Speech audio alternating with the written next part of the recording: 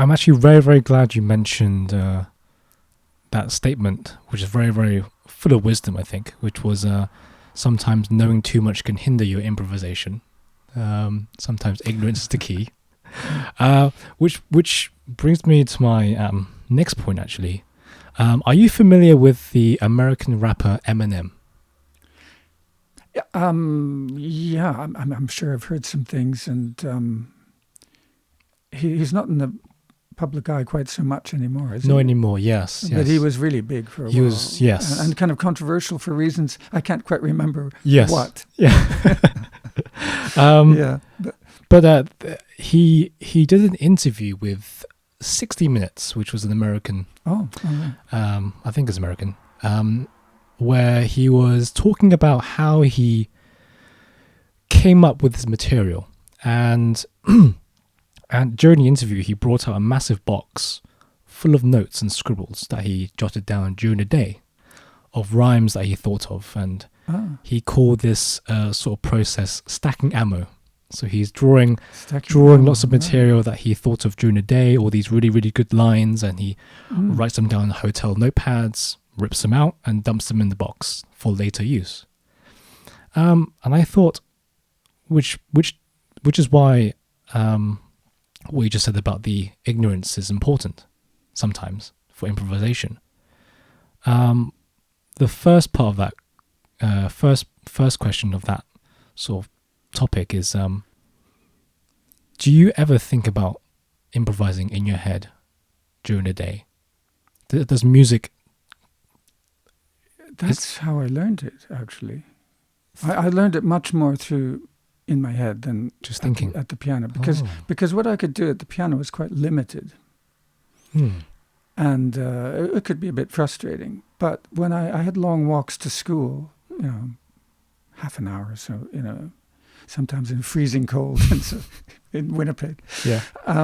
And I would fill my head with these kind of imagining what I could do it on the piano, if I could really improvise several things at once, or if I had an extra arm.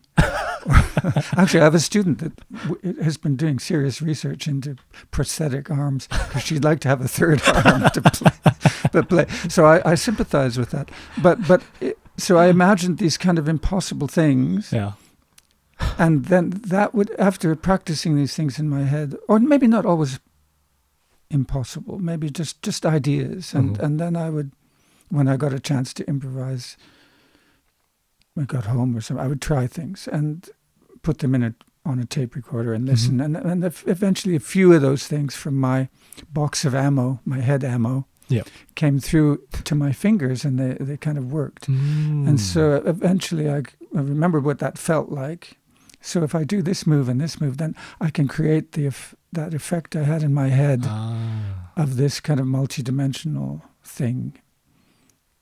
So it's maybe not that difficult if I do such and such. So I would say that's a very good question, because I think a lot of improvising is in the head, and listening to the sounds during the day as well, taking in things that you hear, little snatches of melody, stupid little things on the TV that you hear, or on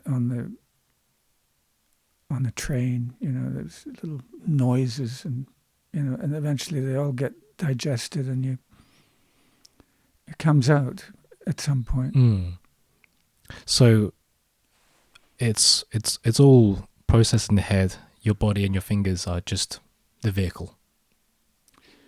Yeah, but when you actually live sit down and play, then it doesn't all come from the head. It comes from your fingers.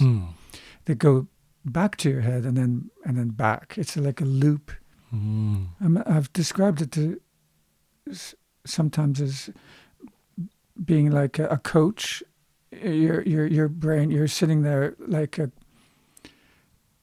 there's a football game going on, and with your fingers, and you're the coach, kind of occasionally saying, well, maybe you should do this, maybe you do that, but actually you're just watching and observing what comes out. Kind of the subconscious sort of takes over, and you think through your fingers, not through your brain. But but that's when you're actually doing it. But when I'm practicing it and trying to get ideas, I often do it more in my head. Because otherwise I'm just repeating the same old things that I think I can do, with a few variations. Yes, yes. Has any improvisational piece that you've done resembled something you've improvised in the past? Maybe because of habit? Or do you always try to do different things? Well, yeah, I mean, we can't I think we can't avoid repetition to a certain extent. Sometimes it just happens, and sometimes, occasionally, you have to give a little help to what's going on. And so, this isn't going anywhere. But if I do this kind of move now, if I change gears in this particular way, as I've done before, I know that could work. So then I'll get over this little dry period. So yeah. So it's not all ideal kind of, coming from God through your fingers. There are certain things that are preconceived, and you recook them and try it again in different ways.